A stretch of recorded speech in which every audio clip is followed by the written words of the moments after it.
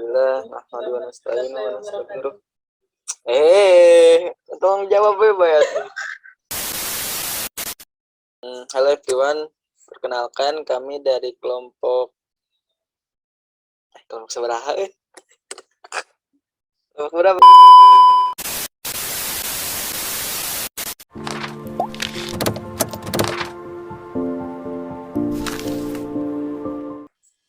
Bismillahirrahmanirrahim. Assalamualaikum warahmatullahi wabarakatuh. Innal hamdalillah nahmadu wa nasta'inu wa nastaghfiruh wa na'udzu billahi min syururi anfusina wa min sayyiati a'malina. May yahdihillahu fala mudilla lahu wa may yudlil fala hadiya lahu. Asyhadu an la ilaha illallah wahdahu la syarika lahu wa asyhadu anna Muhammadan abduhu wa rasuluhu alladzi la nabiyya wa la rasula ba'da.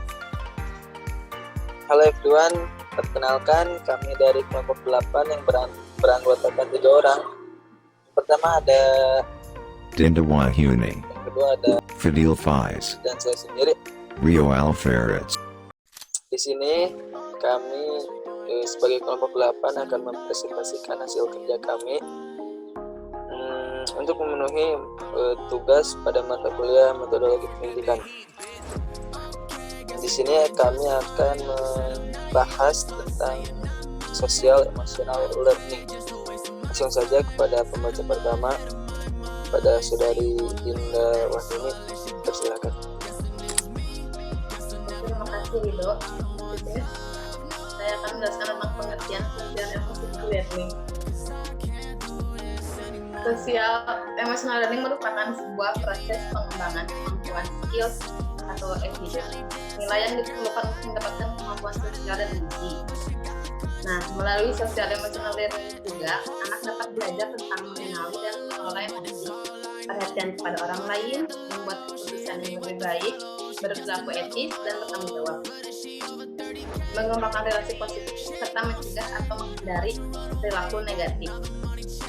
Nah, konsep sosial emosional learning menurut para ahli dikemukakan oleh Wellman. Seorang guru harus memperhatikan pembelajaran sosial emosional bagi para siswanya. Yang kedua, Yas dan kawan-kawan, sosial emosional learning adalah diproses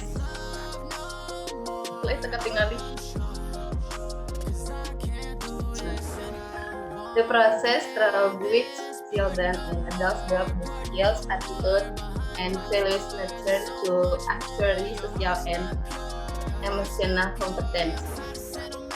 Dan menurut Norris, social emotional learning merupakan pendekatan pembelajaran yang mengajarkan regulasi diri, monitoring diri kepada keterampilan sosial, dan berbagi keadaan dan lingkungan. Yang terakhir, menurut Grant, Hamilton, Warbel, Jones, dan Giscard, sebuah usaha dalam mengembangkan berbagai kompetensi yang telah dilakukan oleh berbagai riset yang sangat penting bagi masa depan siswa. Lanjut.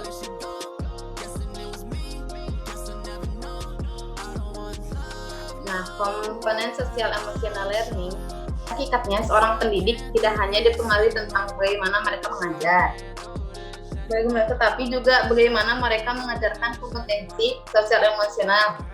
Dan menurut Cassell ada 5 komponen utama dalam sosial emosional learning, yaitu self-aware, kesadaran diri, self-management, pengelolaan diri, social awareness, kesadaran diri, relationship skill, keterampilan hubungan, dan yang terakhir responsible decision making. Nah, itu tuh apa? Nah, yang pertama kan, itu tentang kesadaran diri. Itu tuh cara mengidentifikasi perasaan, pikiran, dan dampak perilaku secara pasti. Nah, komponen ini tuh dapat diartikan sebagai kemampuan dalam menilai perasaan, minat, dan kekuatan seorang secara akurat. Contohnya tuh, kemampuan mempertahankan rasa percaya diri dengan berlandaskan alasan. Yang kedua, yang pengelolaan diri. Pengelolaan diri itu cara mengatur emosi, pikiran. Nah, jadi komponen itu diberikan kepada kemampuan seseorang dalam menangani stres, mengendalikan stres kayak gitulah, depresi gitu. Terus yang ketiga, kesadaran sosial. Kesadaran sosial itu kemampuan seorang dalam mengambil perspektif orang lain dan berempati pada mereka sehingga dapat memahami norma-norma perilaku. Yang keempat, keterampilan hubungan. Keterampilan hubungan itu kemampuan dalam menentukan hubungan yang baik dan beretika. Maksudnya itu komponennya itu mengatur sikap dan perilaku individu dalam membangun dan membuat hubungan secara kooperatif gitu. Terus yang kelima, yang bertanggung jawab dalam pengambilan keputusan. Bertanggung jawab dalam keputusan. Komponen itu merupakan kemampuan dalam membuat pilihan. Nah, oleh karena itu, komponen itu merupakan kemampuan yang individu membuat keputusan yang tepat dan bijak berdasarkan pada standar etika, norma sosial, seperti itu. Lanjut, Mas Rido. Nah, adapun pola implementasi sosial emotional learning di sekolah bisa dilakukan yaitu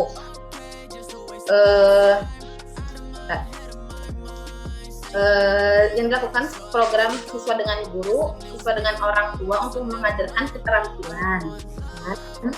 Terus pemahaman siswa juga. Nah, program yang tadi tersusun itu ada apa aja? Yaitu 1, tahun tingkat, 2, struktur yang berurutan, kompetensi inti yang dijalankan dalam belajar emosional, terhubung ke pembelajaran esensial, bukti efektivitas, teori dasar, penilaian siswa, 8, pengembangan profesional, dan yang terakhir, program orang tua. Itu yang dapat saya sampaikan. Berikutnya akan disampaikan oleh rekan saya. Terima kasih.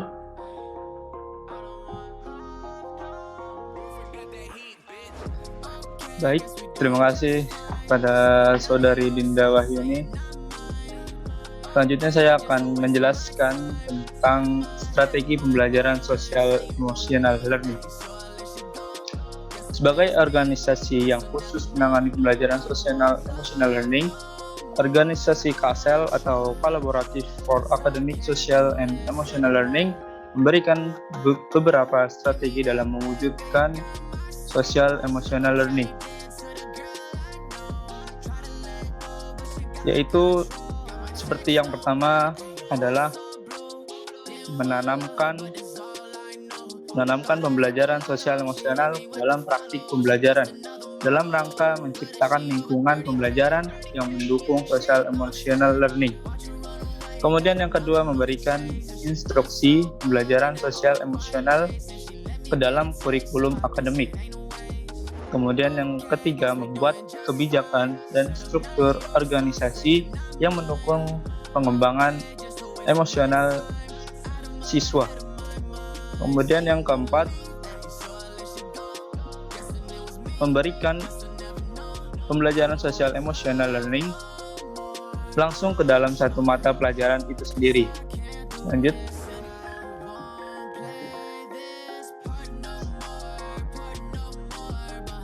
Selanjutnya ada 5 konsep model strategi dalam menanamkan pelajaran sosial emotional learning di kelas.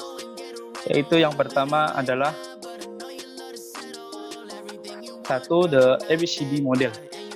ABCD itu adalah Effective Behavioral Cognitive Dynamic.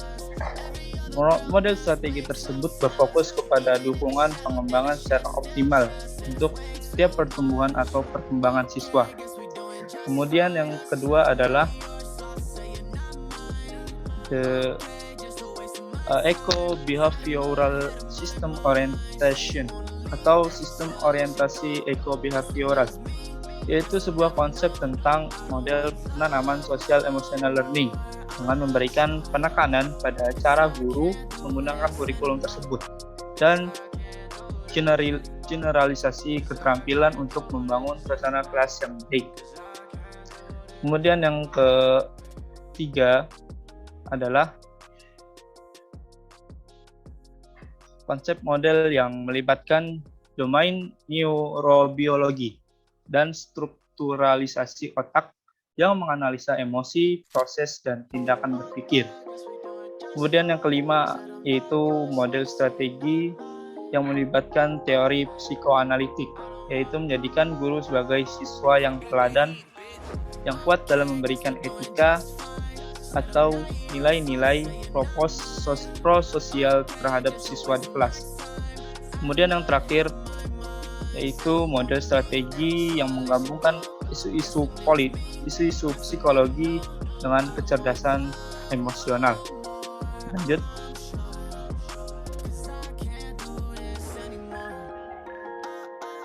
Selain model strategi di atas, ada juga model yang bersifat integratif dan komprehensif. Konsep model tersebut diistilahkan dengan prosocial classroom model. Itu model jenis memberikan pendekatan dengan cara menanamkan social emotional learning melalui yang pertama yaitu kualitas hubungan pendidik dengan siswa. Kemudian yang kedua manajemen kelas dan siswa. Kemudian yang ketiga yaitu program social emotional learning yang efektif dengan mengingat faktor siswa. Lanjut.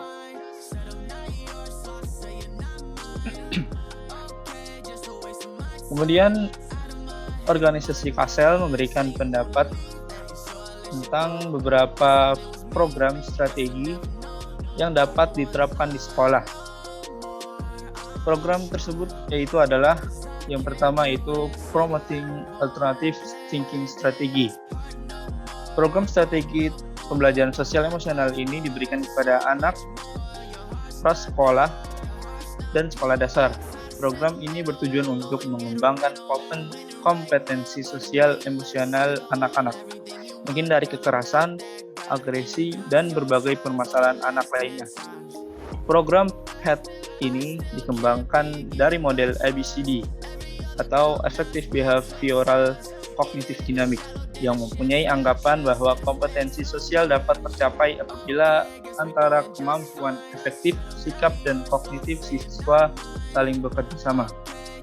Kemudian yang kedua yaitu The Responsive Classroom Approach atau RC program.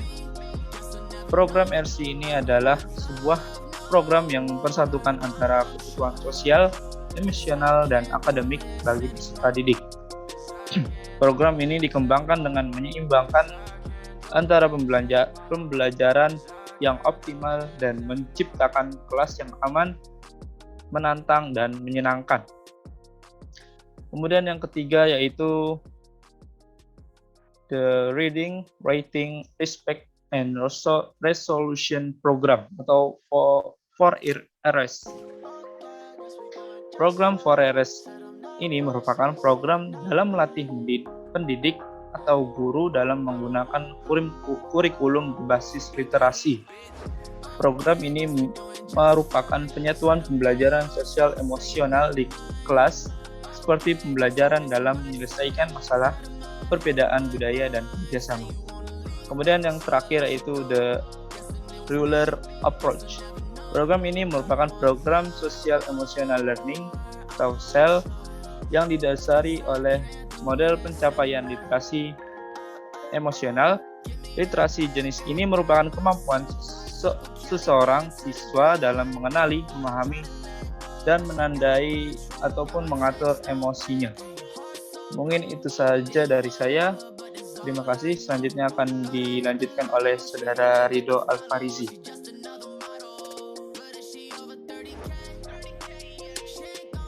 Ya, terima kasih kepada Fadil yang telah membahas pada bagian C. Kemudian pada selanjutnya saya akan menjelaskan pada bagian model pembelajaran pendekatan sosial emotional learning. Pada pembelajaran sosial emosional terdapat tujuan atau target yang ingin tercapai. Pencapaian ini dapat dilakukan melalui cara belajar atau model pembelajaran. Model pembelajaran juga harus disesuaikan dengan kondisi peserta didik. Kunci utama untuk mendapatkan tujuan pembelajaran adalah dengan menggunakan model pembelajaran efektif yang berdasarkan pada kecerdasan. Oleh karena itu, model pembelajaran yang dipilih hendaknya mampu melatih para siswa untuk menjadi lebih handal. Menurut pendapat Mulyati Ningsih menyampaikan bahwa mode pembelajaran merupakan istilah yang digunakan untuk menggambarkan penyelenggaraan proses belajar dari awal hingga akhir. Model berfungsi sebagai pedoman bagi pendidik dalam merencanakan dan melaksanakan pembelajaran.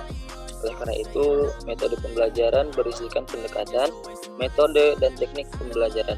Keberhasilan dari belajar dapat tercapai melalui yang pertama, mengubah siswa untuk belajar lebih efisien, dan yang kedua, mengajar untuk menggali potensi yang dimiliki siswa.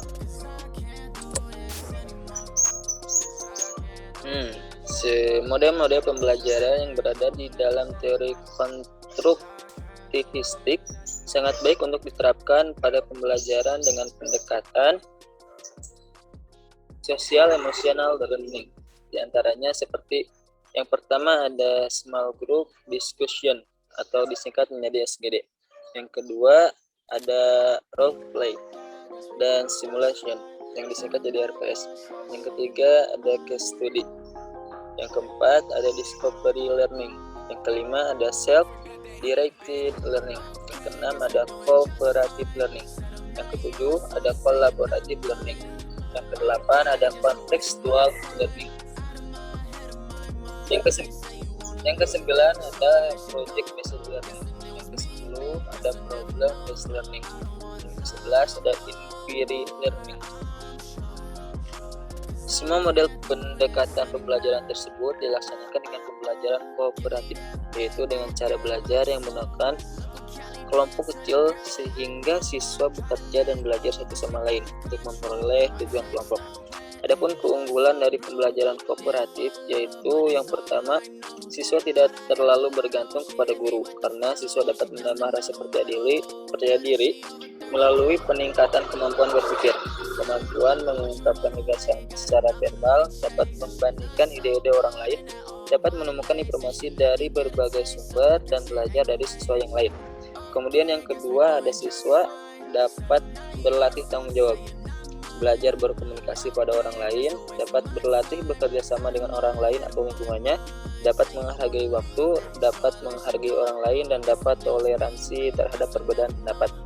Yang ketiga, siswa mampu melatih dalam memecahkan masalah abstrak menjadi nyata dan dapat meninggalkan motivasi berpikir yang berguna untuk kehidupan yang akan datang.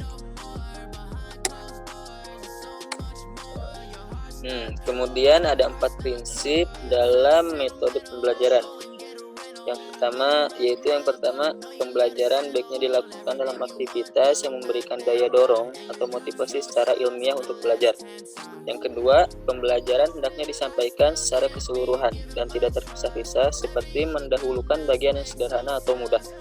Yang ketiga, model pembelajaran disesuaikan dengan tingkat kecepatan belajar yang didasari pada kualitas mental setiap siswa. Yang keempat, siswa dapat menerapkan ilmu yang telah diperoleh dalam lingkungan sosial masing-masing.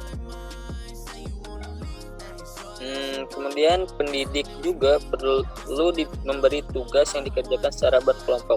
Oleh karena itu, model pembelajaran merupakan pedoman yang berisi pendekatan, metode, dan teknik belajar yang sesuai dengan kebutuhan peserta didik demi tercapainya tujuan pembelajaran.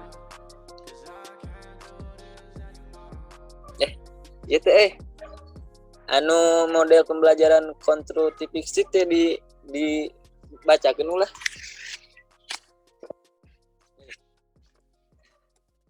Tidak, Fadil. Yang model pembelajaran konstruktivistik dibacain enggak? Ya Allah. Beak soalnya. Beak. Teka tulis. Mungkin dikatnya Dindanya. Dinda. Iya. Ya. Sampai baru. Oh, teka tulis. Nah, kita masuk pada yang pertama, model pembelajaran konstruktivistik. A. Pendekatan kontekstual teaching learning. Pendekatan CTL tersebut merupakan sistem yang menyeluruh, terdiri dari bagian-bagian yang saling terhubung. Pembelajaran kontekstual terjadi ketika siswa menerapkan apa yang sedang diajarkan dengan tertuju pada masalah-masalah dunia nyata yang berhubungan dengan peran dan tanggung jawab siswa sebagai anggota keluarga dan warga masyarakat. Komponen CTL terdiri dari yang pertama konstruktivisme, yaitu teori belajar. Teori pembelajaran ini menekankan pada pentingnya siswa membangun sendiri pengetahuan mereka lewat keterlibatan aktif proses belajar mengajar. Siswa harus terbiasa untuk memecahkan masalah, menemukan sesuatu yang berguna bagi dirinya. Yang kedua ada inquiry, merupakan bagian dari kegiatan pembelajaran kontekstual yang menekankan bahwa pengetahuan dan keterampilan siswa itu didapat dari hasil menemukan sendiri, bukan berasal dari hasil mengingat sebuah fakta. Yang ketiga, bertanya atau questioning, yaitu sebuah pengetahuan berasal dari bertanya yang merupakan strategi pembelajaran kontekstual. Melalui kegiatan bertanya, guru dapat mendorong, membimbing, dan menilai kemampuan berpikir siswa. Yang keempat, masyarakat belajar. Konsep learning community memberikan pembelajaran yang berasal dari terbentuknya sharing antar teman, antar kelompok, antar siswa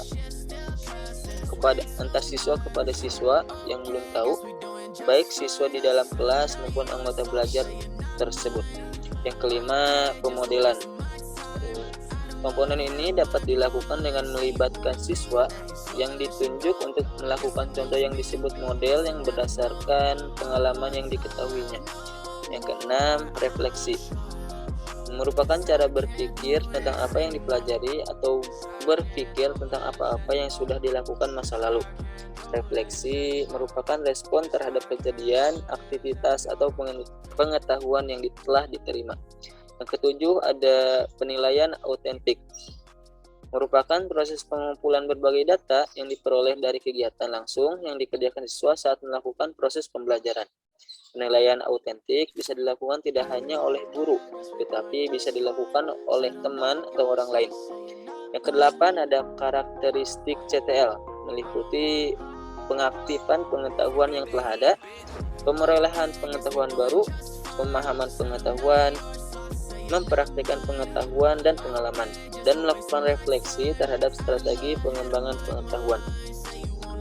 Terus tadi A itu pendekatan contextual teaching learning, CTL. Sekarang kita beralih kepada yang B, pendekatan pembelajaran kelompok.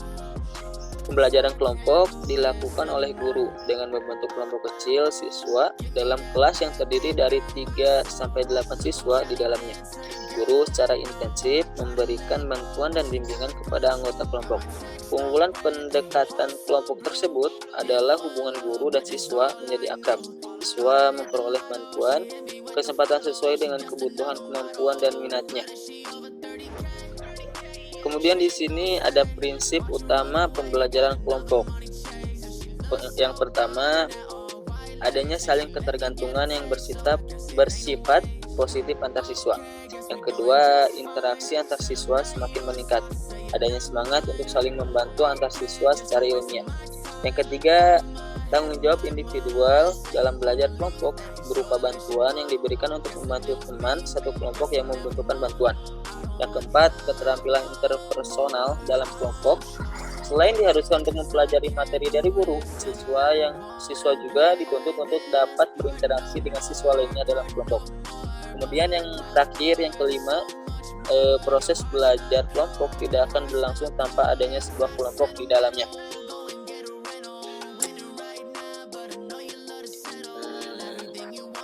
Kesimpulannya, social emotional learning merupakan sebuah proses pengembangan kemampuan, skill, atau sikap, attitude, nilai yang diperlukan untuk mendapatkan kemampuan sosial dan emosi. Melalui social emotional learning, anak dapat belajar tentang mengenali dan mengelola emosi, perhatian kepada orang lain, membuat keputusan yang lebih baik, berperilaku etis, dan bertanggung jawab, mengembangkan relasi positif, serta mencegah atau menghindari perilaku negatif. Pembelajaran sosial emosional adalah pembelajaran sebagai kemampuan manusia dalam mengelola dan mengekspresikan emosi ke arah yang positif. Pada hakikatnya, seorang pendidik tidak hanya dipengaruhi tentang bagaimana mereka mengajar, tetapi juga bagaimana mereka mengajarkan kompetisi sosial emosional. Ada 5 komponen utama dalam social emotional learning, yaitu self awareness. Yang kedua ada social awareness, yang ketiga ada self management, yang keempat ada relationship skill, dan yang kelima responsible decision making. Nah, itu dia teman-teman sedikit pembahasan yang bisa disampaikan oleh kelompok 8. Semoga pembahasan tersebut berguna atau bermanfaat khususnya untuk kami, umumnya bagi kalian. Dan kami segenap kelompok 8 minta maaf bila ada kesalahan kata dan kata-kata yang tidak enak didengar, karena kami juga hanya manusia, tidak luput dari kesalahan. Nah, kita akhiri video pembelajaran kali ini dengan melafazkan hamdalah. Alhamdulillah. Alhamdulillah.